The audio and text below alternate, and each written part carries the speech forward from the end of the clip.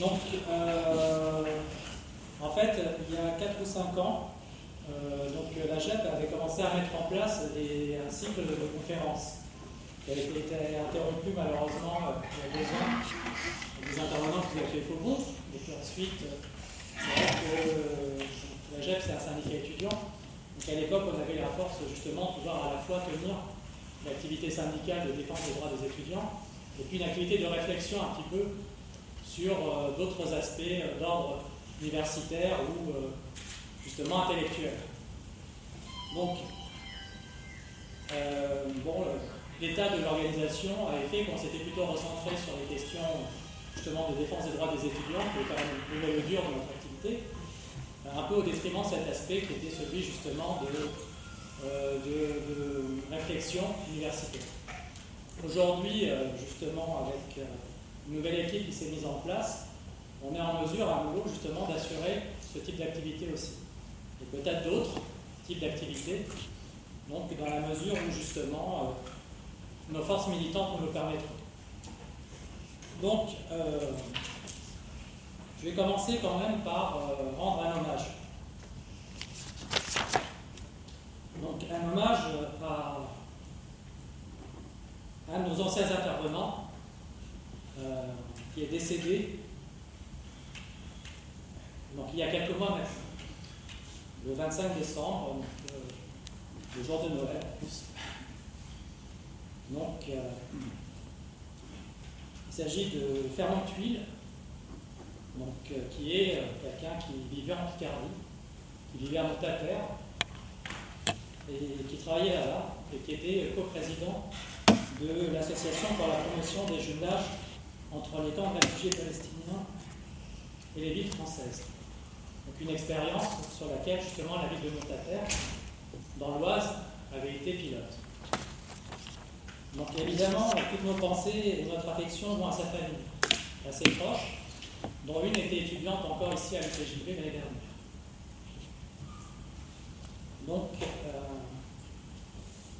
on a eu l'occasion d'inviter à Amiens, en 2007 puis en 2010, Fernand, qui est un militant, qui était malheureusement un militant infatigable de la solidarité avec le peuple palestinien et pour une paix juste et durable au Proche-Orient. Fernand est quelqu'un qui a une histoire très singulière, puisqu'il est d'une famille juive tunisienne et qu'il a été une des personnes les plus en pointe en France en solidarité avec le peuple palestinien. Donc ça peut sembler contradictoire à certains, ça n'est pas autant qu'on le croit. C'était un homme imbu de justice.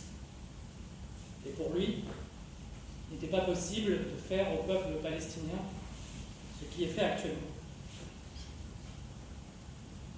Donc en 2012, un an à peu près avant son décès, il a été fait citoyen d'honneur, de citoyen palestinien d'honneur, ce qui finalement était une forme de couronnement pour son parcours militant tout à fait exemplaire. Je vais vous demander une minute de silence pour ce militant sincère et infatigable de la solidarité internationale.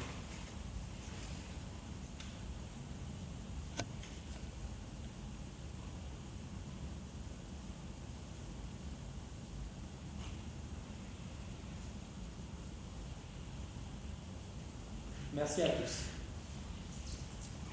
Donc, nous avons souhaité organiser cette conférence débat sur le thème de la Syrie, car la JEP avait pris position au début de l'année universitaire, très clairement contre l'éventualité d'une intervention militaire en Syrie.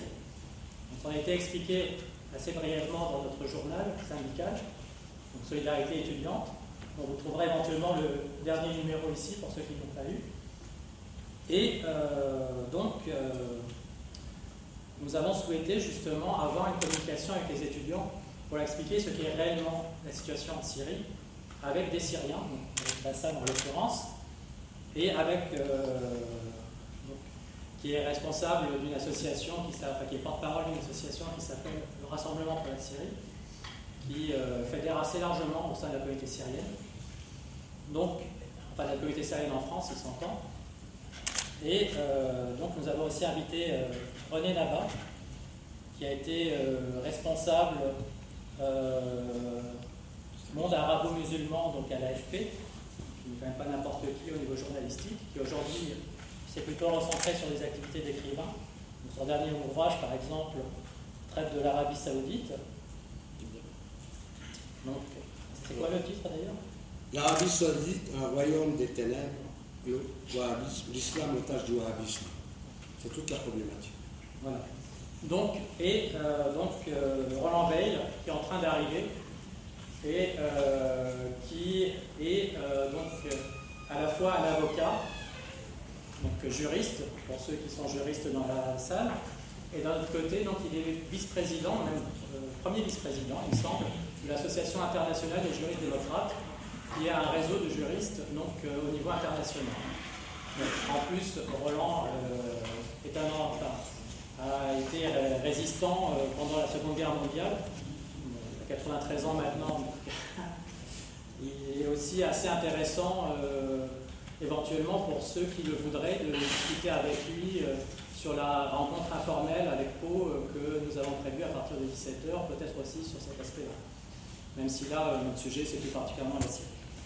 Donc, je vais laisser la parole à notre premier intervenant, honneur aux Syriens en l'occurrence, donc Bassam Tahan. Merci.